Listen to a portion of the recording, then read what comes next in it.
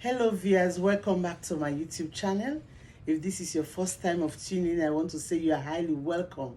My name is Marian Kati Bangura and my YouTube name is Mary Mas Bangura. I teach on faith, marriage and lifestyle. Today is the first Sunday in December.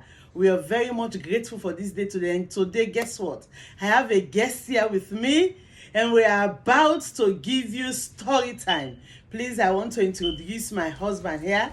He's been in this channel before now, and today we are here to do something together that we call How Did We Met?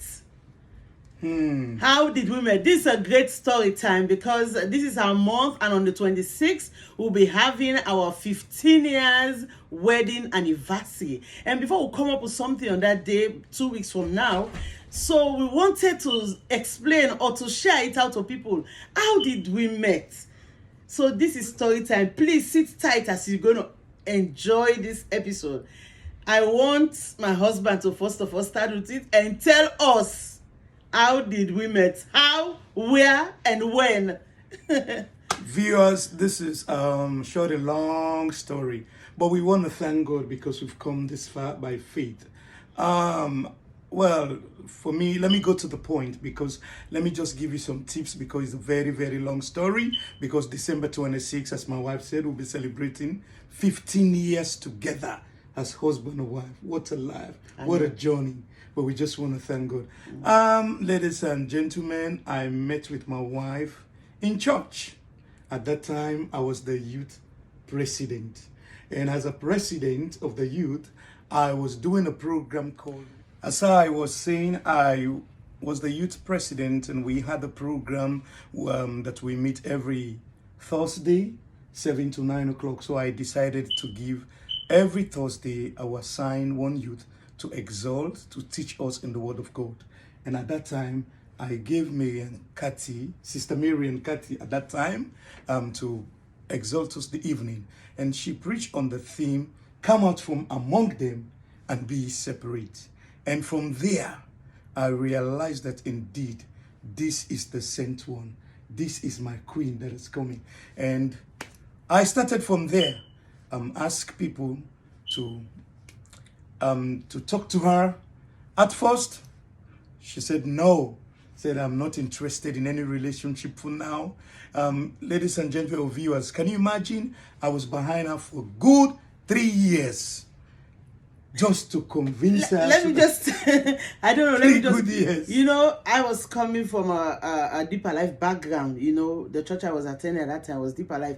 And we had thought, you know, sin should not be part of us. And, you know, I was just getting ready to make heaven. That was just a joke. You know, but what I'm saying, I said to him, you just going to school, as I said earlier, both of us we are in high school, then why are you telling me, are you ready to settle down? We have to go to the university, we have to, you know, you have to do some certain things. And then I said, don't you think that the enemy is using you, the devil? I think those were the words I said to him, if I could remember. I said, don't you think the devil is using you? She said to me, why can't you find something to do and forget about this relationship business? Do you know that Jesus Christ is coming at any time? Guys, don't hesitate to say what you think, okay? But here we are today. Yeah. Notwithstanding the fronts that I put up, you know, it was just intentional.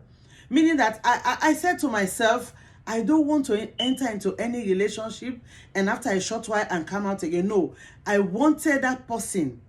The one I will have is the one that I will get married to. So I purposed my mind. And so being at high school, I said it was too premature for me to enter into a relationship. And then I told him he needs to go and prepare himself so that he can make heaven. And viewers, let me tell you, I prepared myself well. I did not relent. For 3 good years, every day I will send a message to her. Every day I will ask her. She refused. You know what happened? The thing that moved me more, that I will continue to press on, she wrote me a letter, 2-page letter. It said, Brother Fuad, I know you love me and I'm seeing you are fervent in the things of God, and you are very, very, but you have to bear me up and give me some time, because I've never dated any man. I've never gone into any relationship. This will be my first relationship. So you have to, can you imagine, every night I will remove that letter, read it all over again, read it all over again. Guys, let me tell you, remember those were the days we are writing letters. You remember? Yes. Can you imagine? Because after some while, it took me 3 years. Then I said, let me give this man a thought. But before that, what I did was that I went to the Lord in prayer. Many of us think that when going to a relationship, you don't need to pray about it. We need to. Yes, I don't know, maybe it's because of the important background that I had coming from deeper life. Maybe that was the reason why. I said, let me take you to the Lord in prayer. And I was praying about it. I said, God, I don't want to make mistake in life. God, you have helped me so far for me to keep myself. You understand? And say, I don't want to enter into a relationship and after 1 year or 2 years, I break up, or enter into marriage after 2 or 3 years, broke up. No. I said, God, there were things I was listing down, telling God. It's not that I have a checklist, but what I was saying that I needed somebody that fears God. Because I've journeyed with God for quite some time. I needed somebody that who understand purpose. You understand? You understand the purpose for your life. I grew up being too serious, in a sense, being too serious. And then when he told me, I said, let me pray about it. All that while, even though he was sending message, I was not responding, I was praying God. And one day, I dreamt. Yes, hold it there, honey. Yeah. Hold it there.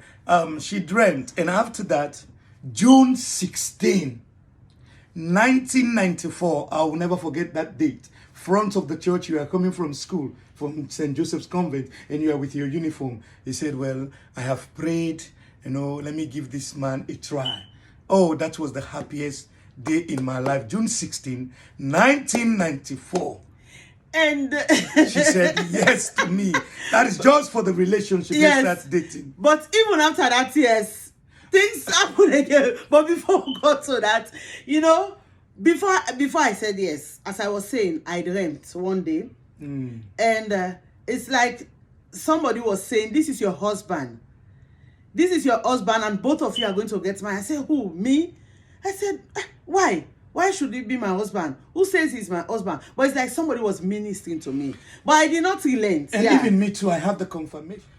I had the confirmation that indeed I had a dream that your dad was called upon to sign the marriage certificate. So it is true, because I also had the confirmation.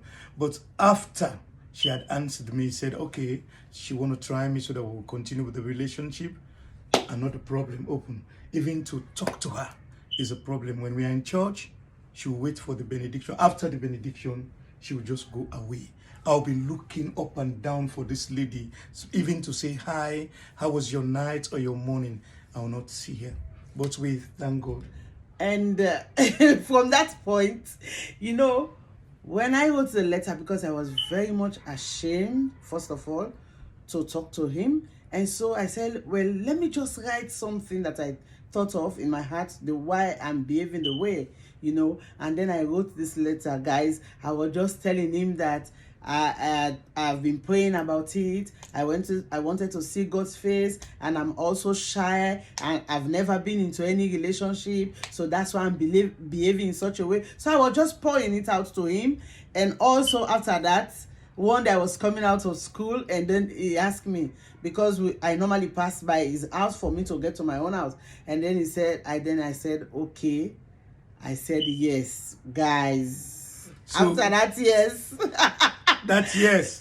It was June 16, 1994. I will never forget that date. But the background of it also, I'm coming from a background where my dad was very strict, guys. Everyone in our area, they knows him.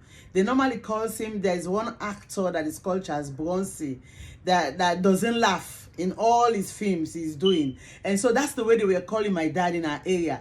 As soon as they see him coming from us, they will tell you, oh, Charles Bronson is coming. That's the way people will tell us in the area. So that we run.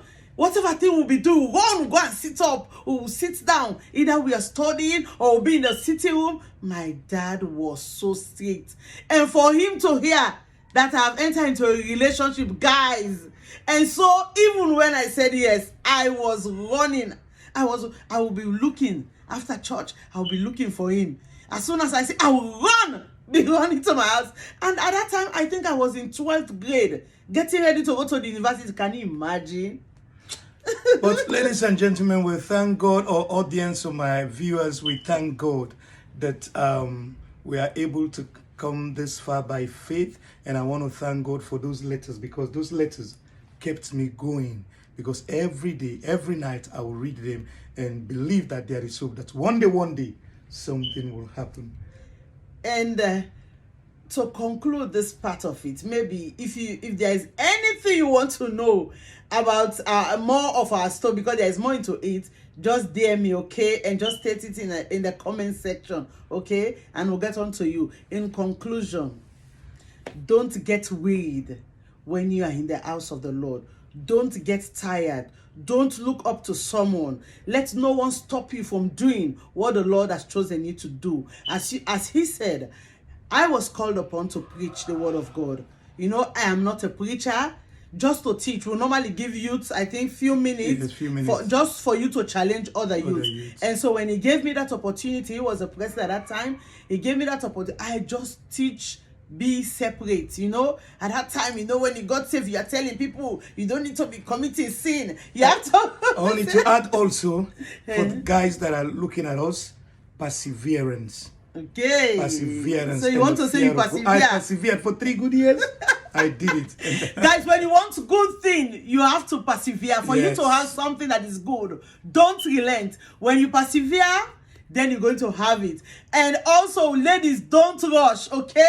For me, that's what I said to myself. You don't rush for something. When God says that is yours, when God says this is for you, I'm telling you, no one will take it out of you. Because some people be saying, you need to fight for it. You need to rush for it. No, my dear, I'm telling you, young ladies, just cool off.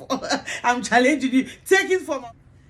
Guys, take this from our story. In conclusion, don't forget to like, subscribe, and share this video. This is our story. And please stay tuned for more episodes that are coming. I told you this is our month. On the 26th, we're going to be celebrating our 15 years of wedding anniversary. Guys, guess what? Don't forget to like, subscribe, and share this video.